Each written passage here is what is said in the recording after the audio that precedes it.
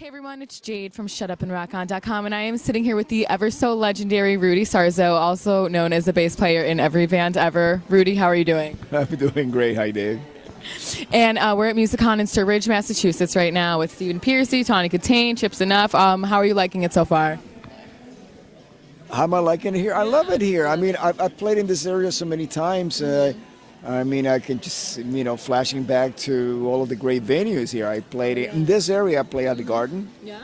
Yeah, in 1982 with Ozzy, the RUF Madman tour. How do you remember all that? You've done so much. Because when things are memorable, when they're significant, you remember that, and that's definitely significant moments in my career. I played at the Centrum a lot, especially with Whitesnake. Yeah. I play. As a matter of fact, we did the video to "Give Me All Your Love Tonight." Oh yeah. We did it there. Really? Yeah. And let's see what else. What is it? The amphitheater that's here too. Oh, I'm not from here. I have no idea. Oh, you're not from here? Okay, no, I'm sorry. I'm from New York. But anyways, I got so many memories of playing in this area. It's fantastic. And what a lot of people know you best from is your work with Quiet Riot, which you joined in like 1978, right? Well, I joined originally Quiet Riot in 1978. The Randy Rhoads version of the band, which led me to playing with Ozzy because Randy already were friends, and not only did I play with him in Quiet Riot, I was also a teacher at Musonia. Oh yeah, really? Yeah, his mom's school, music school, Musonia, the Valley. So we got to spend a lot of time there, because Randy was teaching about 8 hours a day, and then we would go off to rehearsal. We used to Quiet Riot would rehearse every single day, and we would do the set forwards and backwards of the show. Whatever. That's why you guys are so good. Because all you did was practice. You guys were so good. You practiced all the time. Oh, we practiced all the time in front of a gigantic mirror. So you could see what you were doing. Yeah, we practiced the show, the performance, the dynamics of who went where and what part of the song and stuff like that. Yeah, well, I first saw Quiet Riot when I arrived in LA. I believe it was the first time I arrived. Well, actually the second time, because I kept going back and forth. I kept running out of money. Yeah, as you do. So on my second trip to LA. I went to the Starwood, where Quiet Riot was kind of like the house band. Yeah. And I saw Quiet Riot for the first time, and after the show, I went over to Kevin, and I said, hey, introduce myself. And I told him, man, I really get what you guys are doing. You're doing an arena show here in the club. And whatever you're doing, just keep it up. I mean, you guys are going to get there, because they understood. They understood the presentation. And I was really impressed by all of the females that were surrounding the band, because you cannot make it without the support of the female fans. The females to me, especially back then. Yeah, they're the ones who drag the boyfriends. That doubles how many people were at the show, because all their boyfriends come. Exactly. Yeah. And what prompts you to rejoin Quiet Riot? Because I've rejoined Quiet Riot a few times. When around mental health. Oh, mental health. Okay. Oh, very simple. I used to play after Randy left to join Ozzy. Yeah. I still play with Kevin on and off in his band called Dubrow. Yes. And as a matter of fact, I was living with him. I was sleeping in his spare bedroom. He had a spare bedroom in Sherman Oaks, off Coldwater and Riverside, for those of you who live in LA. And that's when I got the phone call to audition for Ozzy. But Kevin wrote the song called Thunderbird for Randy Rhoads when he left when he left Quiet Riot to join Ozzy. And so after Randy's crash, I was on a break in Los Angeles, and I get this phone call from Kevin and says, listen, I'm making this record. The band was not even officially named Quiet Riot yet. What was it? Well, the producer wanted to name it.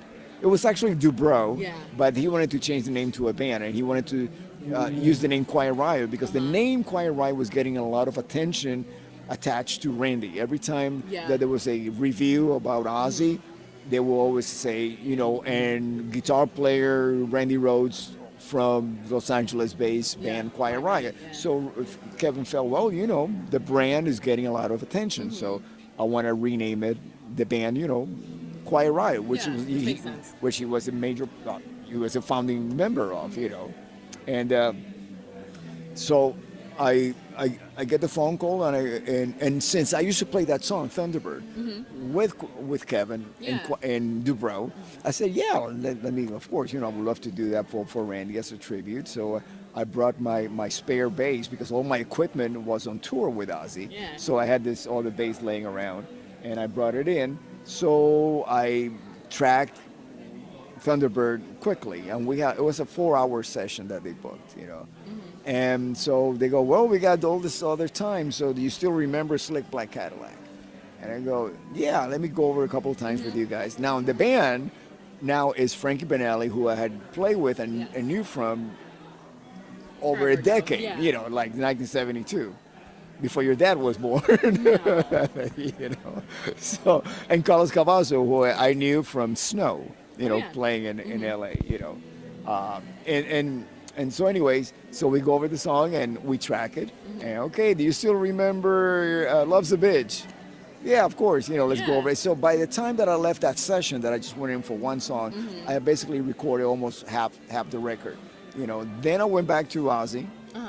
But while I was recording in the studio with my friends, there was a sense of musical joy again in my life, which I had lost once Randy died. I had lost the joy of playing. It was painful.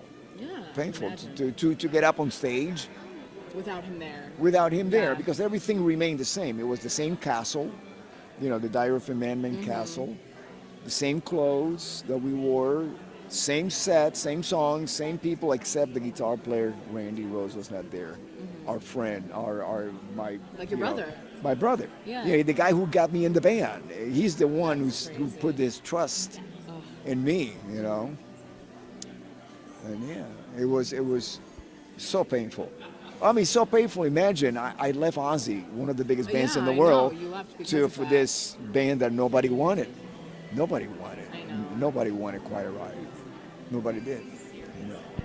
Well, I completely understand you wanting to leave Ozzy. You have a very justified reason for leaving Ozzy, so I don't think anyone could ever knock you for that, because that's losing someone so. Yeah, well, now because you know millions of records later, the only person that I can really say that they never knocked me, not say, what are you doing? You're crazy for leaving Ozzy, was my girlfriend at the time, who was my wife. Yeah. You know, she never said anything. She never say, what are you doing? You're great. No, I mean, and she's been with me through that. I mean, we met in 81, so this happened in 82, and she's been incredibly supportive. But some people thought that I was just completely out of my mind, you know.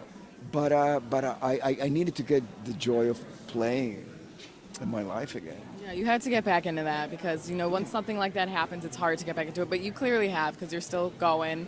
You're still kicking and making music and stuff. Being happy with it. Finding the joy in play. Yeah, which was hard, but you got it. Yeah. And so tell me about how, before Randy's passing, how was being in Ozzy? Because me and Mark Torian have talked about you a few times and how you helped him out and all that. I wrote a book about it. Unfortunately, they're all gone. They're all been sold today here at the which, I mean, to me, it's the joy of being able to share my story. I mean, I wrote Off the Rails, which now it's actually available on Kindle for the first time in ever. It was never available as an electronic download before. And also, if anybody wants to read it, it's on Amazon. Or just borrow a copy from a friend if you know somebody that has the book.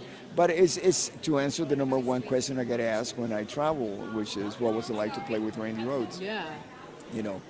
So I took a year and a half of my life while on tour and off the road to write the book. And it was its biggest reward was getting closure. Yeah.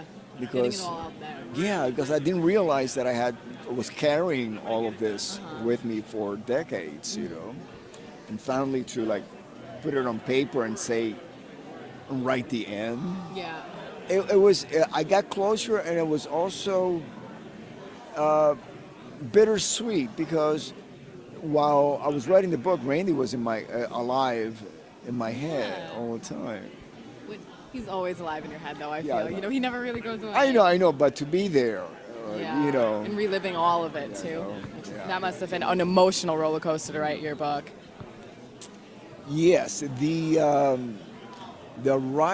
hardest chapter to write was chapter 18, which was the last chapter was actually alive.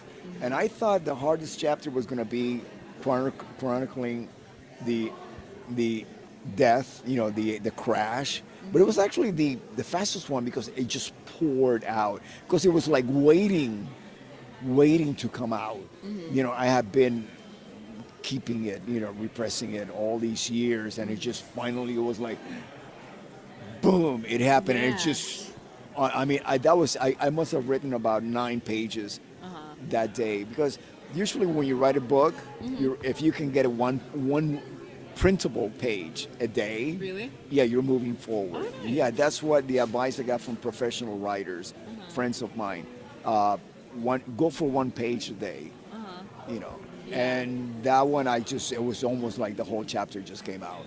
Because there was so much to write, you know, so much that I experienced, you know, traumatic. It was, and it was cathartic, totally cathartic to write that. So, and I added about 3 or 4 more chapters after the crash because it was very important for me to convey our life without Randy, how we were coping with it, how we were dealing, especially, you know, Ozzy who really blamed himself so much, you know, for his passing, and the reason being that we kept touring was Sharon decided that we must continue because she knew otherwise Ozzy would have gone off the road and would have drunk himself to death. Yeah. Had you ever really talked about it in such depth prior to your book, or did you really just hold it in until your book? No, I did, and every time it was painful to write it because, and one of the things that I thought, okay, I'm going to write this book, I'm going to put it down on paper, then I don't have to relive it again. That, you know, there's an element of that I don't have with every single person. Explain it to them in depth. I said, you know what, I'm going to tell you certain things, but then again, if you want to get the whole picture of why, how, when, and what happened, just read the whole book. You know, it's all there. It's all there because, you know, with that story, it wasn't about just the incident or any particular incident on tour. There was always a cause and effect. Certain things happen because things happened prior to that. So things that led up to, whether it was the biting the head of the bat or the pissing on the Alamo, or things that people know, but they don't know. Iconic moments. Yeah, they don't know how it built up to that moment, and then the aftermath. You know, which is different from just talking about an incident. Yeah, because you give the whole thing. And your book is really well written, first of all. Yes. And because it kind of opens with, like, the incident, and the whole book is kind of it building up to when it happens, which it's not written like that often, so I really enjoy the way that you presented the situation and led everything up to what actually happened. Yeah. And when would you say that you really got the joy of doing music again? Because you had the MARS that you did shortly, like 2 years after Randy died and stuff. So, like, when would you say that you really started, okay, I'm going to keep doing music, I love this? I would say, I mean, there was no doubt about me continue playing. Yeah, just when? I mean, because me playing, it's just more in relation to my spirituality. I mean, you know, I don't know if you recall in the book about me making peace with God. You know, about, you know, at my lowest point. And to me, it's about that. You know, so there was never really a doubt about me continuing playing. My doubt was, will I ever be happy or have that joy of playing that I used to have? Yeah, that was the question, and it was really unanswered until I got back in the room with to record, with Frankie and Kevin and Carlos, for those sessions, And again, it was the fact that I was recording something as a tribute to Randy. Oh yeah, that makes sense. And it was just like the completeness of that. Because I was talking to Vivian Campbell pretty recently, and he said that he too lost the joy of music after Dio, and he only recently found it 10 or 15 years ago. So I was wondering if it was kind of the same thing for you. How long did it take you to really regain the joy of playing music? Yeah, it was then and there, right in the middle of it. So after I finished recording those tracks with for the mental health record, I went back, and really by then, this is what happened. Right after I did that recording for mental health, we had performed about a month or two prior to that, what was known originally as Speak of the Devil, and it was a show at Irvine, California, Irvine. In 1982 was the last show that we did in continental USA, and it was Brad Gillis in place of Randy doing the Diary of a Madman tour. So from the time that Randy died to, which was about that was in March, this is in June, March, April, May, a couple of months later, the only way that I could deal with it was to become robotic on stage. Just go through the motions. Going through the motions, which I did not realize until I actually watched the edits of that performance. That show was premiered on MTV Halloween night, 1982. Diary of a Madman, Ozzy show, right? But having watched that before it actually aired on television, I looked at myself and I said, I don't want to be this guy. I don't want to be this robot just playing a bunch of notes. I want to be able to have joy and communicate. Really again. So having played with Quiet Riot and being happy at in that little room, and then watching that, it was like, oh my God, look at me. I have an option here. Was that the wake-up moment? That was the wake-up moment. That was the wake-up moment. So right after I watched the edits, we did the another Speak of the Devil, which was the re-recordings of the Black Sabbath record. Again, Brad Gillis, Tommy, and myself at the Ritz in New York City, and that was live. I mean, what you hear on the record, there's no, as far as the band, the guys, the Brad Gillis, Tommy, and me, there's no overdubs. Okay. What you hear is what we played. I left. I gave my notice about a couple of days later to Sharon that I was leaving Ozzy to join. Was that hard for you? Just to be like, I have to go? Can you imagine? Because they were, but it was, at that point, it was a matter of survival, musical career. I gotta do something else. Yes. I think if anybody would have had the option, like Tommy left shortly after, Ozzy would have left Ozzy, given the option, if he could have, because you know, painful, emotionally painful. Every show, every night, because we would get up on stage for that tour, Diary of a Madman, post Randy's crash, and everything is the same. You got the castle, you got the dwarf running around, you got the same clothes we're wearing, those medieval clothes. The first thing you hear when the lights came down was actually Randy playing Diary of a Madman intro, and it was like, he's not here, and it's just like, oh my God, and you've just been through this incredibly most traumatic experience of my whole life, and you get to a point that you can't take it anymore, and every show you're just basically emotionally surviving the show. Just trying to get through it. Trying to get through it, and the only way you shield yourself, emotionally from it. You're just like, okay, here I'm gonna play the song, and I know the notes, and I'm just gonna take my bass and go back and forth like that, rock myself, and And like when we did the Madison Square Garden, it was a wake for Randy. Oh my God. Banners everywhere, signs, for Randy because it had just happened recently, Yeah. and I just And cried. I can't imagine looking out at that and just all of I those couldn't. reminders. I was just I cried through the whole show. Yeah, I can imagine how tough that must have been. And so tell me, what prompts you to join Whitesnake in 87-ish? Oh, yeah, 87, exactly. That's a really good question because Whitesnake in 84 was the support band for Quiet Riot for the Condition Critical tour. And I had gotten, I befriended the guys in the band, but I also experienced a discontent. I didn't know where it came from, but all I know that there was a lot of conflict, friction between the members of the group. And so on the last night of the show, now, even before the Condition Critical tour started, I had given notice to Quiet Riot that I was going to leave at the end of the tour because of some personal conflicts that I had. And so nobody else knew about that except my wife, members of the band, and so on.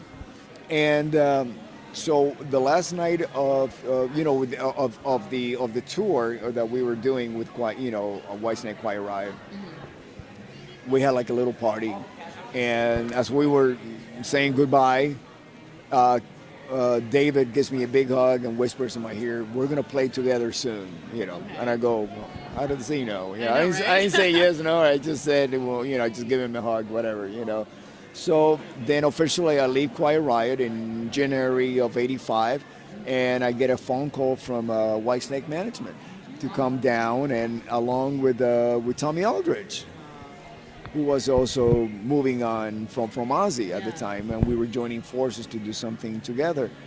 And but what happened was, since I had experienced friction, conflict in the band, I didn't want to join another situation. Yeah. Because that could be problematic or something. Well, yeah, and there still is some sort of conflict between John Sykes and David, which is very unfortunate because they have a great songwriting partnership, And things should always get resolved. We mature as individuals, we move on, and to me, the music is the most important thing, in any relationship, And but anyways, at that time in 1985, I didn't think it was going to be a good move for me to leave one situation, bad situation, personally, a conflict, to join another conflicting situation. So I passed on it. So 2 years later, fast forward to 1987, the album is done. Sykes is not a member of the band anymore. It's a brand new guitar lineup. You have Adrian Vandenberg and Vivian, and they John Coladner called Tommy and me to come down and shoot the Still of the Night video. And that's when I met Tony right there.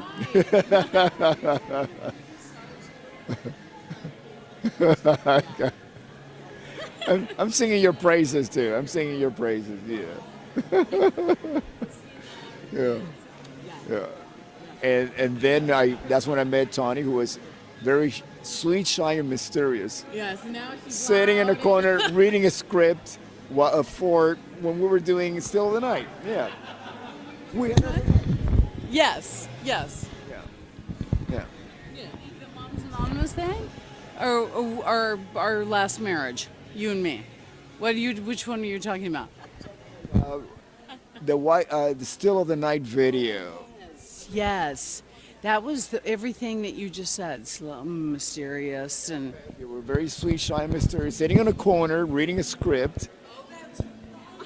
Yeah.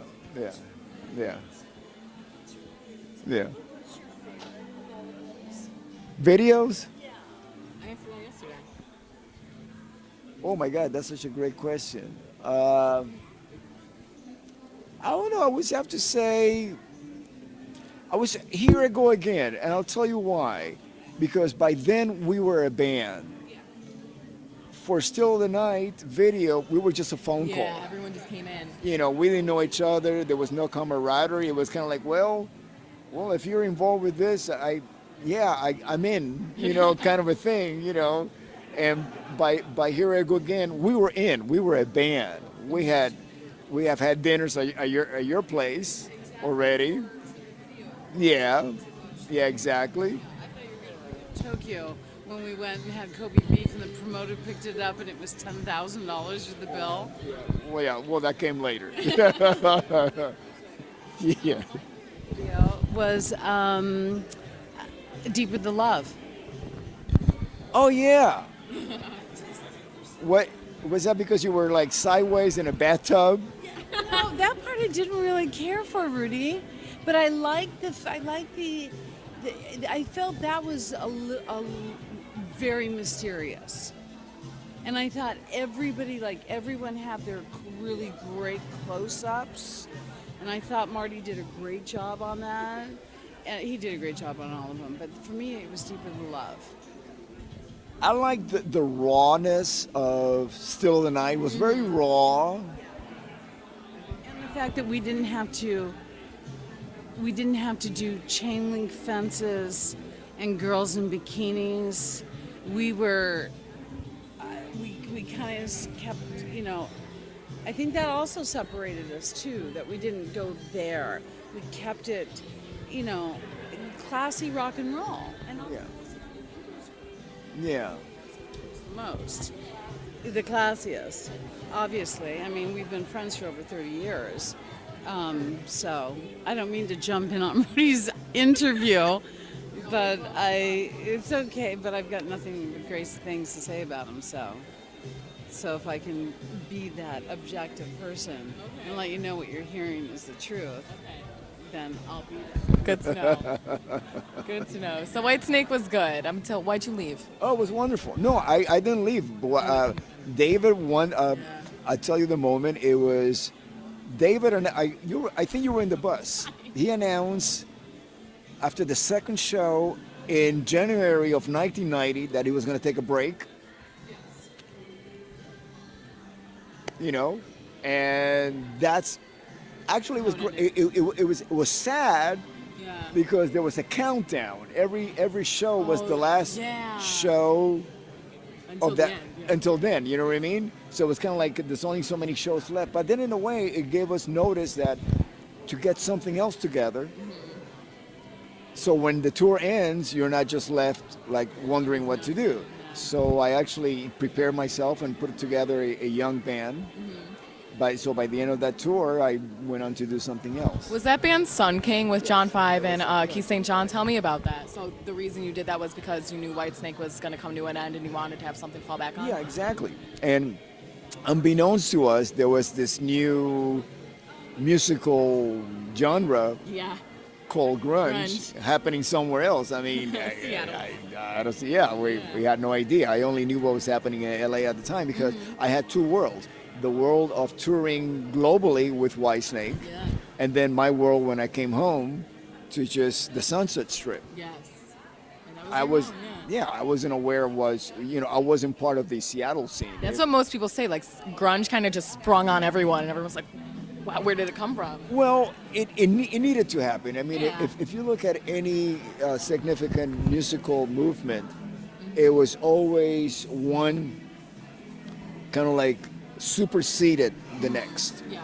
You know, if you have what I call the Memphis movement, which was Chuck Berry and Elvis and, you know, the significant players of the 50s, you know, music that came out of Memphis and then that created the rock and roll as we know it today in the 50s, you know. And then it moves over to England. Whatever that created, you know, the British were influenced by that. Yep. They created their own British invasion. I mean, you know, the Beatles and the original British invasion. The original, and the Stones and the Who and everybody that came after that. And then it kind of like we went back to the U.S. You know, the U.S. had a lot of great bands coming mostly out of the Midwest in the 70s. 70s had so many musical movements. You know, you had bands from the Midwest, then you have disco, and then you have punk coming out of New York, you know. So it was like, oh, and in LA, you know, you had the Doors, incredible musical movement. You had the Beach Boys and the Doors, you know, creating all of the solo artists that were recorded in Los Angeles, along with like the Wrecking Crew, you know. So there was music was everywhere, you know. But one supersedes the other, you know. And then out of punk, the next movement was the British metal invasion, which I was part of with Ozzy. And you know, you had Iron Maiden, you have Judas Priest, you had Def Leppard, you have Motorhead, Saxon, you know, all those bands. Then after that, immediately it went back to LA with Quiet Riot, and then, you know, the whole Sunset Strip, Motley Crue and Rat and Dokken and everybody. And then it kind of like continued. Then then the MTV generation happens. Then it's kind of like, everything blows up. You know, if MTV embraces it and plays it, it's gonna be a hit. Oh yeah, that's what my dad says. He's like, for some reason I don't know all these songs, but I know the videos. Exactly. That's what my dad says all the time.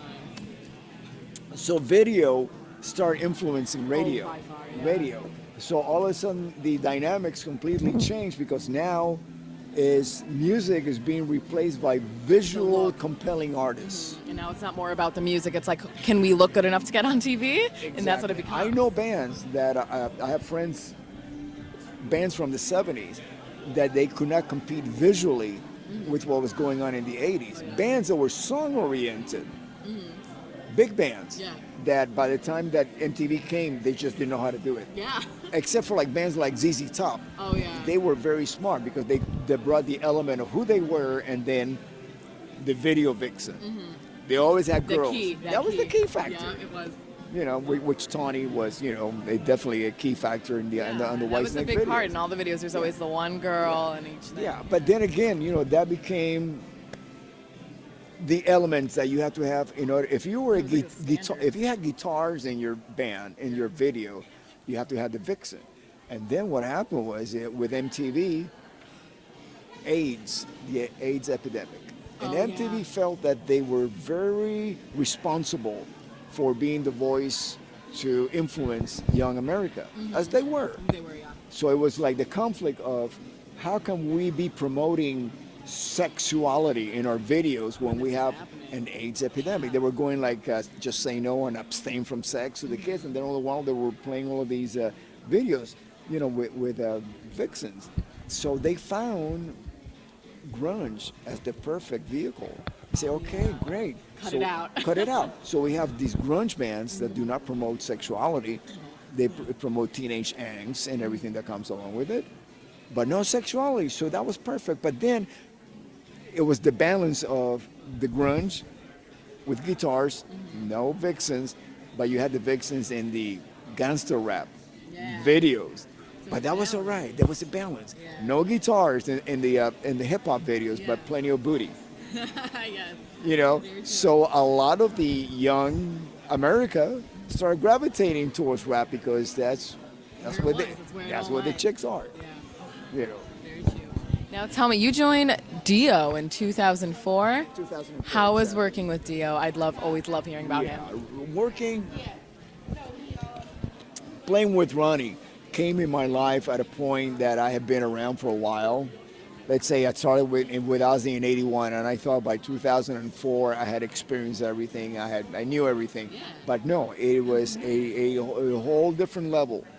I learned so much from Ronnie, not just musically, because he was the most musical singer I've ever worked with.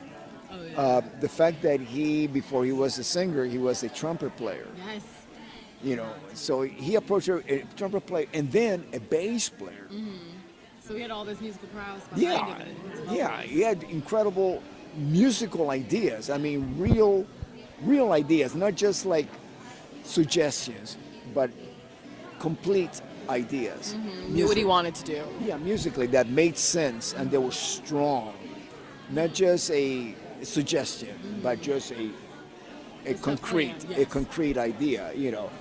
And so I learned so much from him. So I just when I thought I knew everything, had seen everything, no, Ronnie takes it to a whole different level. And the fact that I was a fan of his voice before I even met him. You know, back on radio, I didn't know what the guy who sang The Man on the Silver Mountain looked like. I just, you knew the the days of the voice. radio when you fell in love with the music before you even seeing what these people look like, and then by then you don't care, you know, because you love the music, you get it. There's that connection, you know. So it was incredible. And of all the singers I've ever worked with, maybe because he actually was an English major in school and compelling writer and storyteller. He was the best messenger I've heard that a lot. that I've ever been on stage with. Because he held not only the crowd spellbound, but me too. Every night to sing Every all. night, every night. I mean, to be on stage with him he's singing Gates of Babylon. And I got this movie in my head of what's going on. And it was like, whoa. It's amazing. I always love hearing about Dio because I unfortunately never got to see him perform live before he passed. And I relived through you guys telling me all these stories about him and what it was and what it was like. Amazing. I mean, amazing on so many levels. I mean, you know, to say Sounds like it. to say amazing about Ronnie is not enough. You know, it was just. I think you have to like invent A new word for Ronnie new James word. Dio. Yeah, exactly. Now tell me about you. What you're up to now? Because I read that you do like computer animation stuff and you love animals, which I know you're proud about I that. got into animation basically because I love challenges. I live for challenges. And one of them was we were doing the Dio tour, and Ronnie says, "Yeah, you know, we're going to do the 25th anniversary of Holy Diver, Oh yeah. and we're gonna bring a projector, and it's gonna be me talking, you know, doing like an introduction before we go on." And I'm going like, "Okay, how long is your sequence?" And he goes, "Oh, it's about 30 seconds." And I go, we're going to be bringing all this equipment for just 30 seconds? right? It's like, I told him, you know what, let me put something together, For you. you know, like an animation. I don't know what I was talking about because I thought, well, it's going to be easy. You So just offered it up without. yeah, and once you do that, you commit yourself, you dive into it. So about 6 weeks later, of like, I was just making things up as they went, you know. Yeah. I mean, later I got proper training in computer animation. So the people that were training me, they were going, "How did you do this?" I said, "I don't know. I just did it." I just did it. I cheated." And they Yeah. said, "Well, don't worry, we'll cheat around. You know, we don't do the proper techniques, you know, especially in those days." This is like 2004. Of course, animation is much more sophisticated now than it was then, you know. But I did. I built this storyline about dragons, and then, you know, the Murray. Murray is the name for that Oh yeah. creature. I think it's Seth. You know, it's like an Egyptian god of something. You know, that was named after his dog, Oh yeah. Murray. Yeah, Ronnie's dog. Yeah. That character actually has a name, Murray, and. So, you know, Murray morphs into Ronnie and all of that. I mean, of course, today it looks cheesy, but back in 2004, that was kind of like, great. it was acceptable. Yeah. You know? And it's funny now that since we're talking about animation, how do you feel about the Ideal Hologram that they're doing? Well, you know, everybody that is part of the Dio family misses Ronnie so much that, you know, we're finding ways not only to keep him alive in our memories, but which is very simple. All you got to do is listen to one of his songs. Absolutely. But also, you know, to remind others of how great he was. So, you know, it's done from a place of love. I know that. Yes. I know where it's coming from. So I embrace it and accept it, and I hope it does really, really well, because it's intended. It's Had good intentions behind it. very, very the best of intentions. You know, yeah. I mean, the first thing that we tried, and I say we, is because when Ronnie passed, I mentioned it to Wendy that, you know, we must keep Ronnie's music alive because that's all we have, you know, and there's very little radio nowadays, or very little, you know, mediums to do that. And so we talked about Dio Disciples. and always having 2 or 3 singers involved, never one singer. Yeah. Because it's all done from a place of love and to celebrate. Yeah.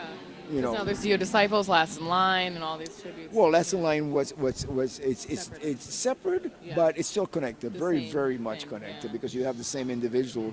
Well, Vivian and originally Jimmy was Jimmy part being of that, Perkins, and yeah. rest in peace. And of course Vivian. So you have Ronnie's band Yeah, from right Lesson there. Line performing. So obviously there's you cannot get any more connected than that. Yeah, I know. The guys, and naming it Lesson Line. So that was also a wonderful way to keep Ronnie's memory. Yeah. Absolutely. Yeah. And so how did you get into this? How did I get into this? Yeah. I have a great dad who Right. kind of showed me the music, and I ran with it. And I was like, I'm going to start a website. And he was like, okay. Yeah. And but now somehow takes you did not rebel, because usually kids rebel against their parents' I music. was a very good kid, and when I heard Kiss for the first time, my life changed. Yeah, I wear them around my neck every day, and that was the band for me, and I've loved it ever since. So he takes me everywhere, and I do this. Of the young bands, which one do you find has that essence? Like the newer bands? Yeah. There are a lot of bands overseas, actually, in Sweden, that are doing this whole glam and sleaze rock that I love, like Crash Diet, Reckless Love. All these things are trying to kind of bring the 80s back, which I love. Bands What is like it about the 80s that you feel that maybe you missed out on something? just the whole essence of the 80s. Now all my friends, like, they don't get it, but like the hair, the outfits, the clothes, just like the essence of having fun, going out to these shows. I wish I could walk down my street and go to Hollywood Boulevard and just see all these bands. And it just, the way the music scene was is something I really love, because it's not like that anymore. And I have such a deep love for music.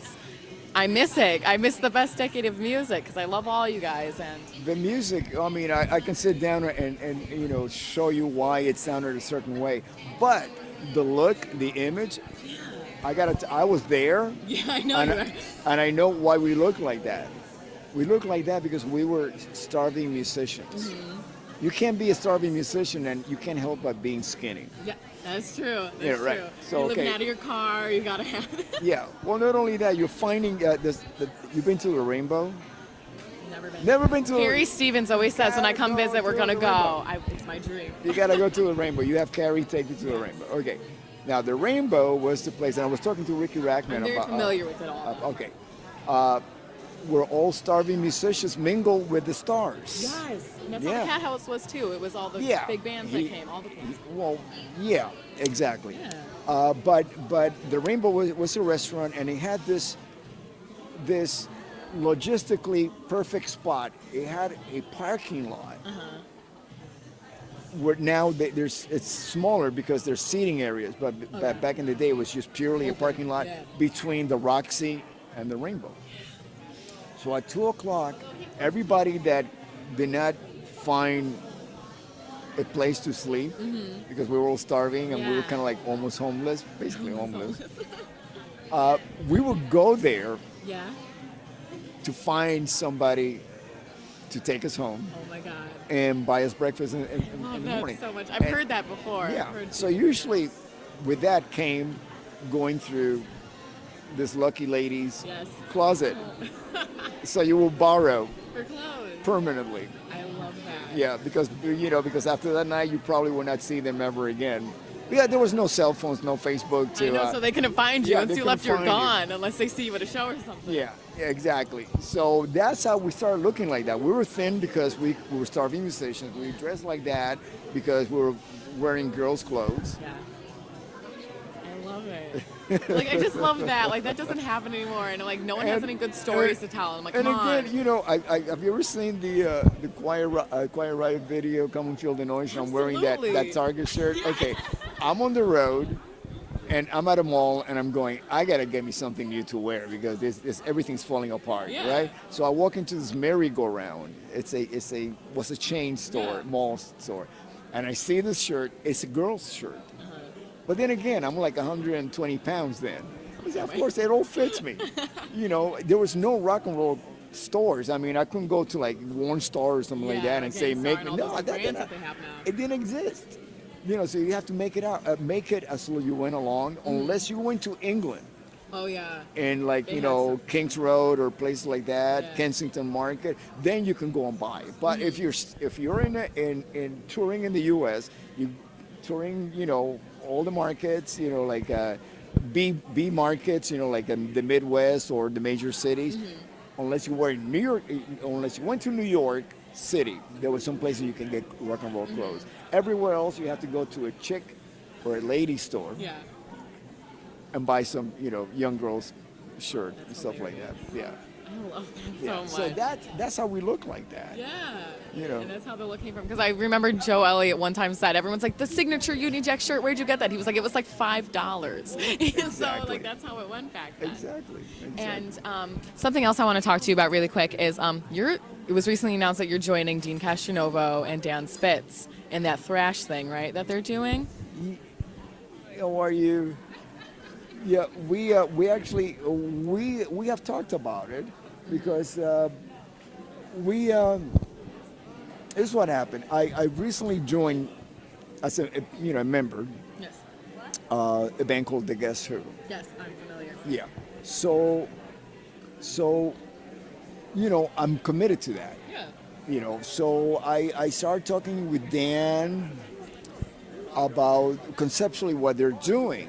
And I said, look, I would love to play on the record. I would love to do this, but I have this commitment Yeah, that comes first, of to course. the Guess Who. So we left it as, we'll take it step by step rather than plunging into something. And I think that the announcement, I don't know where it came from. Because I saw it like 4 or 5 days ago. It was there. Yeah, I it was like, a Rudy, little. what? Yeah, it was a little bit premature because we haven't even been in the same room yet. Oh, nice. Yeah, because everybody's doing other projects. Dean Yeah. Dean has been in the in Europe Revolution with Saints. with Yeah, that very close with Dean. yeah, My brother. doing his things, and everybody's been busy with other things. But yes, I would love to participate, but I've made it very clear to Dan that I have this priority, Yeah. This commitment. Very cool. So that's what you're up to now. You're doing the Guess Who, or is there anything else that you're doing? And Is there anything else that you're doing? I'm always playing on records. I just That's true, I you do. did the Pamela Moore record, Uh-huh. which sounds fantastic. I mean, she's such a great singer. I also did another friend of mine, female vocalist, Sass Jordan. Oh, yeah. I just did her latest record up in Calgary, and I finished another record with Vinny Appice on drums and a thank you. Okay, thank you. And a guitar player named Adrian from Canada. It's more of an instrumental record, and I just love it. It sounds fantastic. I just signed up for a Frontiers album with it's called Dream Child with Craig Goldie Oh, yeah, cool. and Simon Wright. So Yep, you got very 3 members nice. of Dio in there. right there. And we're gonna be start tracking very soon for that. So I'm always recording. I love. Busy. You're always busy. Yeah, I did the Disney Metal. Which I was record. that's on my list. Yeah. That I listened to that and I was like, this is the best thing ever. It was so funny because in Japan certain things work Metal that and might pop not work work very well. somewhere else. Yes.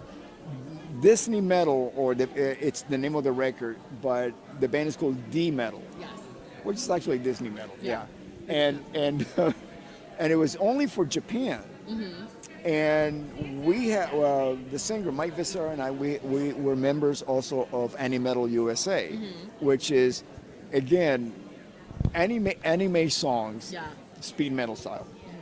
But then again, it's always considered as a Japanese centric. Yeah, like Band. the J-pop thing. Yeah, exactly. So when we play in Japan, we're a domestic band, Okay. which means that we're not considered a Out of the ordinary. yeah. We're not considered a band from England or a band from America. We're considered a Japanese from there, band. yeah. We're a Japanese band. So we do all of these different things that I had never done before. We're actually part of the Japanese culture. We go on television. We do like the Jimmy Fallon show, the Japanese, Yeah, the and Japanese. the Letterman shows, and the morning shows, and we do all that stuff in costume because Yeah. we are Japanese, That's crazy. a Japanese band, and our record goes to #1 even before it's released and pre-orders, you know. Then it's really cool to walk into like a Tower Records in Tokyo and you have your music being played and You the hear end yourself, cap, like, you hear, yeah, I mean, you know, that doesn't happen anymore in America, you know. Because I remember when I was researching you, I saw this Disney metal thing, and I was like, if this is what I'm thinking it is, so I go on Spotify and I hear it, and I'm like, because like I grew up in like the 2000s, like I love Disney, Well, and then me that too. mixed with metal, I was like, what? Me too. And I had never heard of it prior to like 4 days ago. Yeah, when I me was too. researching. I first single I ever bought when when I was a child was the that I bought in the United States Yes. because my family moved from Cuba Cuba. here. You know, Yeah. was the Disney Club theme song. Yeah. You know, That's great. yeah. Full circle. So thank you so much for talking to me. I kept you forever. I don't know how long it has been, but thank you so I much. follow you on Twitter, and I know, which I we've appreciate been- very much. We've been communicating on Yeah. Twitter and stuff. And where can everyone follow you? On Twitter? On Twitter and Facebook, Snapchat now, Yeah, now you're on Instagram, the usual. Yeah, I mean, I don't even think anymore about my website because I find websites to be very static. Yeah. It's more like a storefront. And There's then you no- have to send people to like you. Yeah, follow me on Facebook. That's more interactive. I can actually answer you and message you and reply. And you're very social. Like you're very active on social media. You're Especially always replying to people. if it comes to promoting animal shelter. Oh yeah, I see it Yeah. all the time. You'll be like, "Oh, an animal needs help here," and you always retweet it. You're always tweeting it out. Yeah. Which I love. Yeah, it's very important. You know, just like many things in life, if you find a positive purpose for technology, I think that's the best way to go because it could be too much about yourself and not about others. Got the higher purpose, which is very good. So I found the higher purpose about social media being able to help animal shelters, you know, anything animal related, you know. Well, thank you so much again for talking to me.